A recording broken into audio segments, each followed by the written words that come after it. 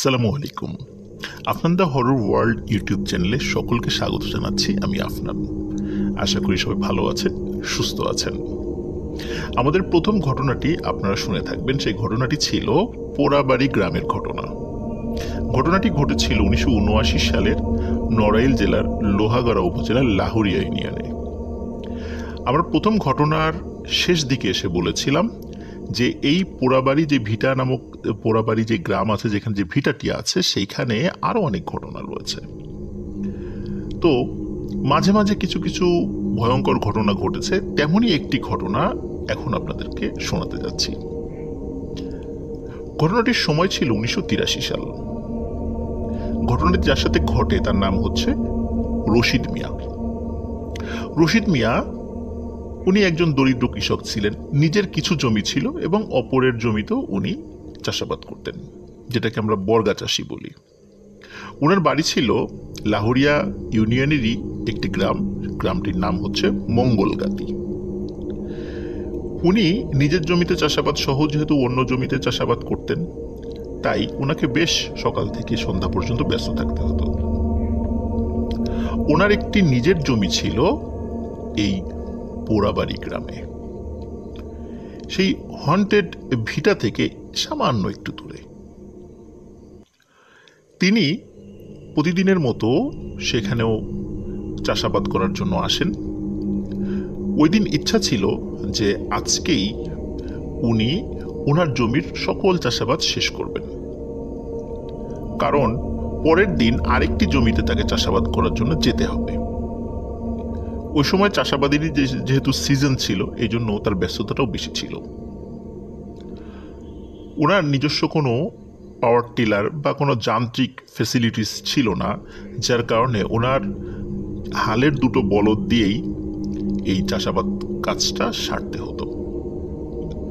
প্রতিদিনের মতো ওনার দুটি বলদ এবং লাঙল নিয়ে চলে আসেন পোড়াবাড়ির সেই ভিটার অনতি দূরে ওনার সেই জমিতে। সকাল থেকে উনি চাষাবাদ শুরু করেন এবং খুব দ্রুত চাষাবাদ শেষ করার চেষ্টা করছিলেন। কারণ হচ্ছে যে ওনার যে হিসাব, সেই হিসাব অনুযায়ী আজকে যতটুকু জমি ওনার চাষাবাদ করার কথা, ততটুকু করার পরেও কিছু জমি থেকে যাবে, যেটা পরের দিন চাষাবাদ করতে হবে, কিন্তু সেই পরিমাণটা খুব অল্প। যেহেতু পরের দিন অনেকটা দূর পথ পাড়ি দিয়ে আবার এখানে আসতে হবে, তাহলে সারাটা দিন কাজটা নষ্ট হয়ে যেতে পারে অল্প একটু জমি চাষাবাদের জন্য। এই জন্য ওনার ইচ্ছা ছিল যদি একটু রাতও হয়, আজকেই উনি কাজটি শেষ করে চলে যাবেন। কাজ শুরু করেন। সকাল গড়িয়ে দুপুর হয়, দুপুর গড়িয়ে সন্ধ্যা হয়, কিন্তু ওনার কাজ তখনও শেষ হয়নি। সন্ধ্যার সময় মনে হলো যে ওনার কাজ আর একটু বাকি আছে, যেটা ওনার আগের থেকেই হিসাব করা ছিল। ওনার সাথে ওনার সন্তান ছিল।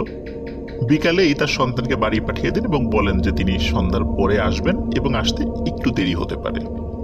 ওনার ছেলে বাড়িতে চলে যায়। সন্ধ্যার পর রশিদ মিয়া গরু নিয়ে চাষাবাদ করতে থাকেন। উনি একটি হারিকেনও নিয়ে এসেছিলেন, কারণ উনি জানতেন যে আজকে রাত হবে। তাছাড়া চাঁদের আলো তো ছিলই।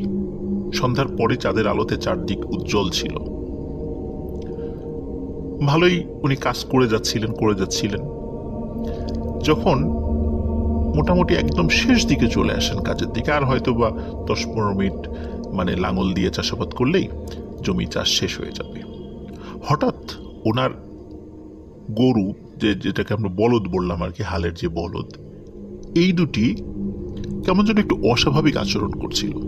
কারণ যখনই লাঙল নিয়ে একটা নির্দিষ্ট পথ উনি অতিক্রম করছিলেন, তখনই মনে হচ্ছিল ওই জায়গা দিয়ে যাওয়ার সময় তার বলদ দুটি অস্বাভাবিক রকমের আচরণ করছে, নড়াচড়া করছে, মনে হচ্ছে এই জায়গা দিয়ে যেতে চাচ্ছে না। তো উনি বুঝতে পারছিলেন না।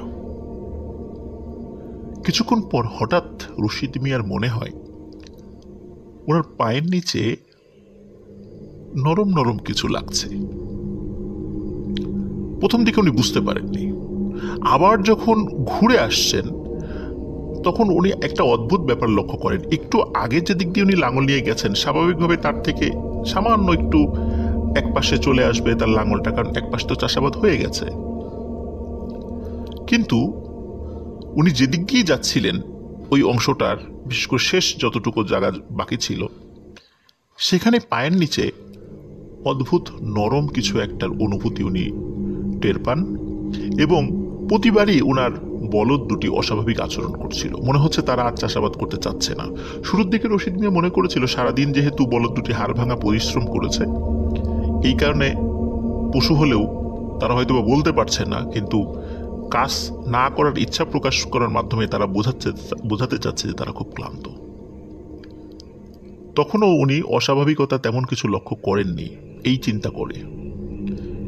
কিন্তু 3বারের বার যখন রশিদ মিয়া উনি ফিল করলেন যে 3বারের বারও বলদ দুটি অস্বাভাবিক আচরণ করছে এবং 3য়বারেও ওনার পায়ের নিচে অদ্ভুত কিছু অনুভূত হচ্ছে।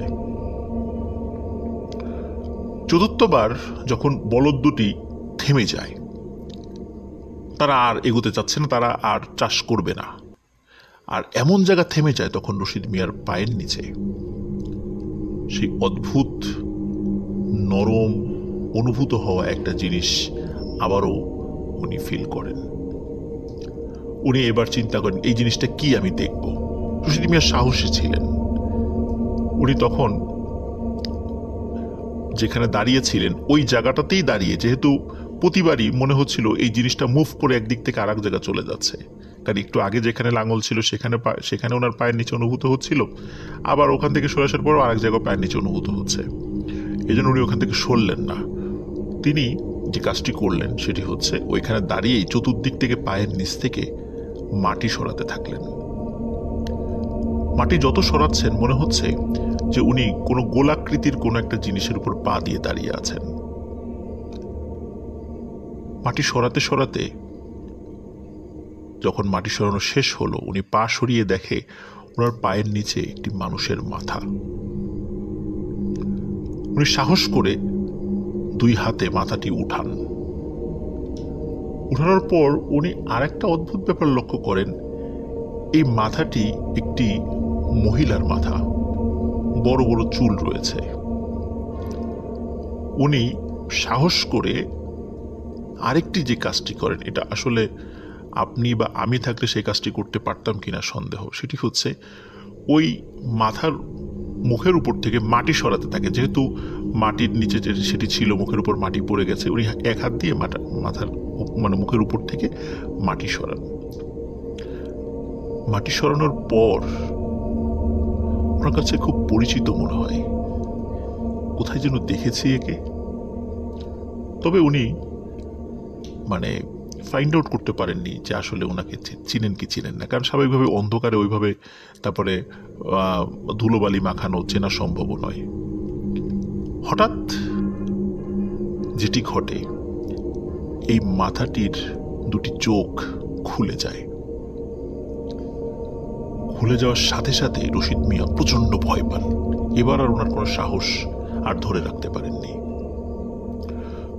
শুধু চোখ খুলেই ক্ষান্ত হয় না, তখন ওই মাথাটি রশিদ মিয়ার দিকে তাকিয়ে খিলখিল করে হেসে ওঠে। রশিদ মিয়া প্রচন্ড শক্তি দিয়ে মাথাটিকে দূরে ছুঁড়ে ফেলে দেন এবং ছুঁড়ে ফেলার সাথে সাথে উনি নিজেও আল্লাহু আকবার আল্লাহু আকবার চিৎকার করতে করতে ওনার বাড়ির দিকে ছুটতে থাকেন।